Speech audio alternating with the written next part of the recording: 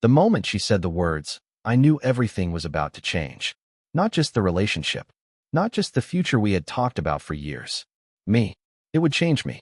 I've been thinking, she started, eyes avoiding mine, fingers fidgeting with her necklace. Before we have kids, maybe we should consider an open marriage. And just like that, the air left the room. I stared at her. My wife. The woman I met in college, who I carried home drunk from parties, who I proposed to under a rain-soaked gazebo with shaking hands and a heart full of stupid hope. And she was sitting across from me, in our perfect little kitchen with its mason jar herb garden and wedding photos on the wall, asking me if she could other people. Before we had children. Before we brought life into this world. She wanted to explore her options. Yeah, she wanted an open marriage. Let me be clear. This isn't a story about a man who got angry and broke dishes, or begged and cried. This is the story of how I sat there, smiled, and started building her one-way exit. But it wasn't out of pettiness. No, this was strategy. This was war. And what happened at the end changed everything, and not in the way she expected. Only on revenge exposed now do stories like this breathe in full. At first, I just nodded. That's it. She looked surprised, almost relieved. You're not upset? She asked. I paused. No, I think it's smart. She blinked. You do? I mean, I said, leaning back in my chair. If we're going to bring a kid into the world, it makes sense to explore everything. Make sure we're right for each other. I watched the tension melt off her shoulders like butter on toast. She thought she'd won, that she'd somehow reframed betrayal as a conversation, as maturity. But all she'd done was expose her hand. And now I knew exactly what I was playing against. We didn't sleep together that night. She claimed she was tired. I didn't push. She went into the guest room, said it would be simpler while we figured things out. Right. 3 days later, she went on her first open date. She didn't call it that. She said it was drinks with a friend. But the way she took extra time with her eyeliner, the way she changed outfits 3 times, the way she spritzed perfume on her thighs before walking out, yeah, I knew. And when she came home, humming some tune from the 2000s and acting like nothing had happened, I did what most men wouldn't. I smiled. I asked how it went. She paused, again surprised. It was fine, she said. Just drinks. I offered her wine. She said no. She was tired. Of course she was. She went back to the guest room. You know what the funny part is? I wasn't always like this. I was the nice guy. The safe bet. The man who learned to cook her mom's recipes, who read parenting books before we even started trying. But something happens when you realize love was never mutual. It sharpens you. I started documenting everything. Not because I wanted a divorce, not yet, but because I wanted proof.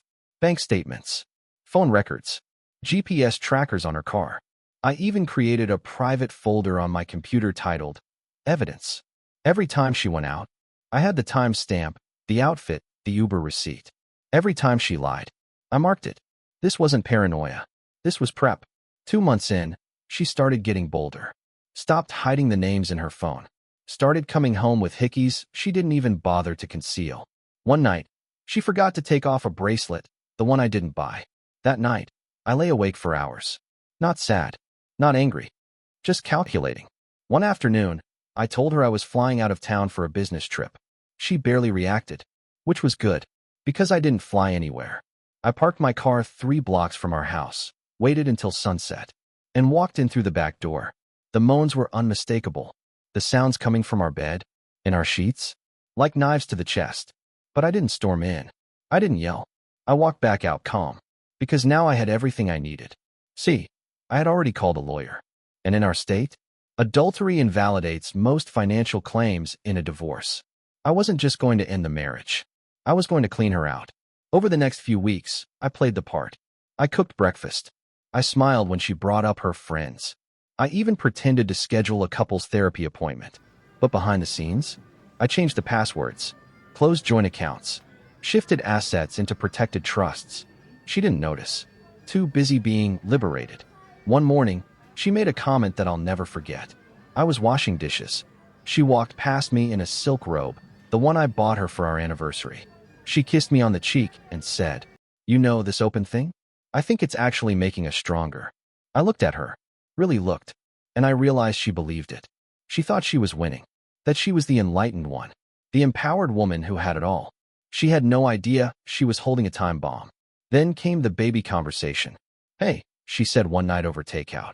"I think I'm ready to start trying." I laughed. Out loud. She stared at me, confused. "What's so funny?" "You," I said.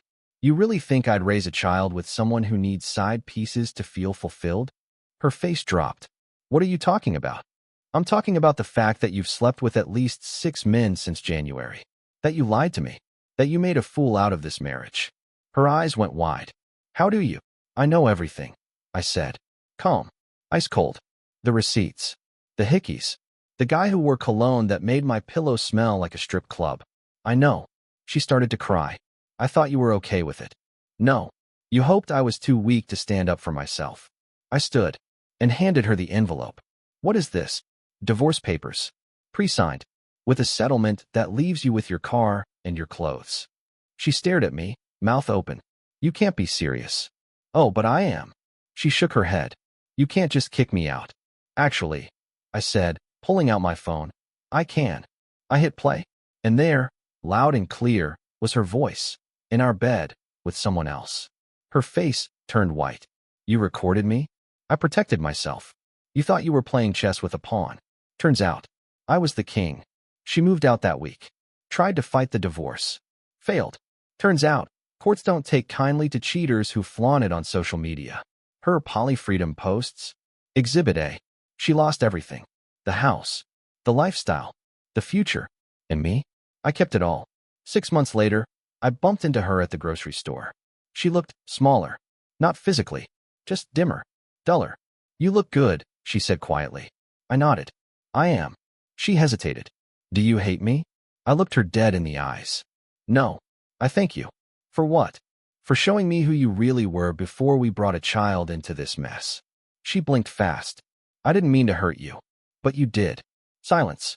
Then I walked away and never looked back. People ask me sometimes if I'd ever try love again. I will. But not with someone who uses freedom as a mask for betrayal. Not with someone who wants the benefits of loyalty while living like a tourist. I'll wait for someone who knows that commitment isn't a cage, it's a choice. Every single day.